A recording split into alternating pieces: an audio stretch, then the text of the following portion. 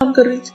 نہیں، یہ ایک معروف بات ہے، یہ ایک انڈرسٹوڈ بات ہے کہ مرد اور عورت کے رولز ہیں. ایک کا رول باہر کی دنیا میں، ایک کا رول گھر کی دنیا میں. ایک باہر کا ذمہ دار ہے، ایک گھر کا. یہ ڈسٹریبیوشن آف ورک ہے. ہر ایک کو اس کی صلاحیت کے مطابق کام دیا گیا. ایک باہر کام کرے، گھر میں کام کرے. مرد کے لیے تو ہم کہتے ہیں کہ کما کے لانا اس کی شرعی ذمہ داری، لیکن اس کے برعکس ہم یہ کہیں کہ عورت کے لیے گھر میں کھانا پکانا اس کی ذمہ داری نہیں. تو بڑی عجیب سی بات ہے. پھر کون پکائے گا؟ روز باہر سے کھائیں گے. اور اگر وہ شوہر افورڈ ہی نہیں کر سکتا، اور اگر کر بھی سکتا ہو تو وہ صحت کے لیے نقصان دہ. اس لیے بہنوں، اس کو اللہ سبحانہ تعالیٰ سے اجر لینے کی خاطر جو بھی کام آپ کے حصے میں آتا ہے، تھوڑا یا زیادہ، کوئی ہیلپ ہے یا نہیں، اسے اجر کا باعث سمجھ کر کرتے رہیے. اور اگر تھک جائے تو وہی کیجیے کہ نبی صلی اللہ علیہ وسلم نے حضرت فاطمہ کو سکھایا تھا. وہ کیا؟ تسبیحات.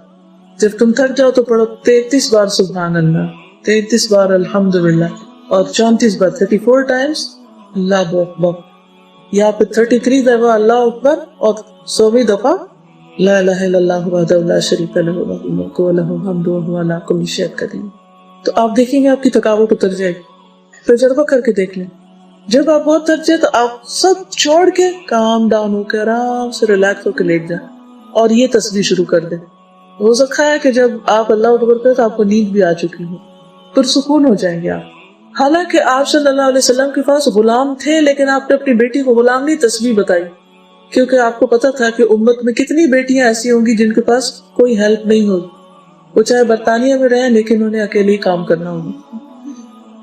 عورتوں والے نہیں، مردوں والے بھی کچھ کام کرنے ہوں گے، کیونکہ یہ کی ترقی کی علامت ہے. تو پھر یہ کام اللہ نے اگر ہمارے حصے میں رکھے ہیں تو اس سے آپ دیکھیں گے کہ آپ کو ایک اطمینان اور تسکین، اور ہر کھانا پکاتے ہوئے یہ سوچا کریں کہ جنت میں لے جانے والے کاموں میں سے سورۃ الدہر پڑھ کے دیکھیے، اس میں آتا ہے انما نطعمکم لوجہ اللہ لا نرید منکم جزاء ولا شکورا. ہم تمہیں اللہ کی خاطر کھلاتے ہیں، ہم تم سے کسی طرح کا کوئی بدلہ اور شکریہ بھی نہیں چاہتے، کوئی اپریسیشن بھی نہیں چاہتے. تو اس کا جواب پتہ کیا؟ فوقاهم اللہ شر ذلک اليوم ولقاهم نضرة وسرورا. اللہ ان کو اس دن کی مشقت سے بچا لے گا، اس دن کے شر سے بچا لے گا جو دنیا میں اللہ کی خاطر کھانا کھلاتے ہیں. اور اس میں یہ نہیں کہا گیا کہ گھر والوں کو کھلانے کا کوئی ثواب نہیں. ایک عورت جو چولہے پہ کھڑے ہو کر اور بعض میں گروسری بھی خود لا کے سب کچھ بنا کے رکھتی ہے اور وہ تھک کے چور ہو جاتی ہے، تو اس کے لیے بھی انشاءاللہ یہ اجر ہے، اگر وہ گھر والوں سے اجر اور شکریہ کی تمنا نہ رکھے. اور اگر اس پہ ناراض رہے کہ تم لوگ تھینک یو نہیں کرتے اور کچھ تعریف ہی نہیں کرتے، تو پھر آپ تعریف لے کے تھوڑی دیر کیا کریں گی؟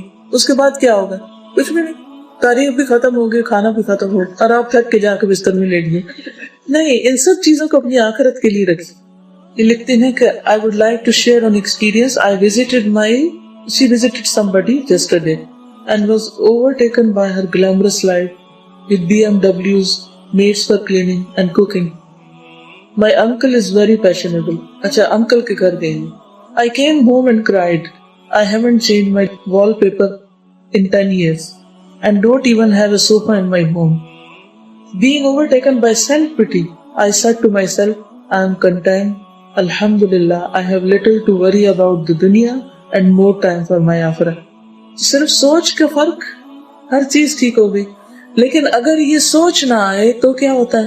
پھر ہم روتے ہی رہتے ہیں کہ انکل کے پاس یہ کچھ ہے اور میرے پاس کچھ بھی نہیں، اور یہ نہیں پتا کہ انکل نے کہاں سے لیا اور کہاں سے کمایا اور کتنے ڈیٹس میں ہے. بعض اوقات ہم قرض پہ قرض لے کے دنیا کے رونق کے اوپر جی رہے ہوتے، اپنے دل کو خوش کر رہے ہوتے، اور وہ جو غم اور بری اور پریشانیاں ہیں پیچھے وہ بھول جاتے ہیں. تو کسی کی بھی دنیا دیکھ کر پریشان نہ ہو کہ ہمارے پاس کیوں نہیں، سیلف پٹی کا شکار نہ ہو. یہ دیکھیں کہ ہم اپنی دنیا کو استعمال کیسے کریں، اپنے وقت کو کیسے گزاریں. اگر آپ کا دن پروڈکٹیو ہے اور 2 وقت کا کھانا مل گیا تو آپ خوش قسمت ترین انسان ہیں، اور آپ کے دل پہ کوئی بوجھ نہیں، کوئی غم نہیں، کوئی خوف نہیں، کوئی فکر نہیں، اور اللہ کی یاد سے آپ کا دل روشن ہے اور اللہ کی محبت میں جیتا ہے، تو آپ خوش قسمت ترین انسان ہیں. لکھا ہے کہ اگر ہم دینی تعلیم حاصل کرنا چاہیں تو اس کے لیے استخارہ ضروری ہے. نہیں، وہ تو فرض ہے. آپ کو فرائض میں استخارہ نہیں ہوتا. مثلا یہ کہیں کہ میں نماز فرض پڑھنے جا رہی، پہلے استخارہ کروں کہ قرض ادا کرنے میں نہیں. ٹھیک ہے، تو اپنے کو مسلمان رکھنے کے لیے اور اپنی آئندہ جنریشن کے لیے ہمارے لیے دینی تعلیم حاصل کرنا فریضہ ہے، اس لیے اس میں استخارے کی ضرورت نہیں ہے.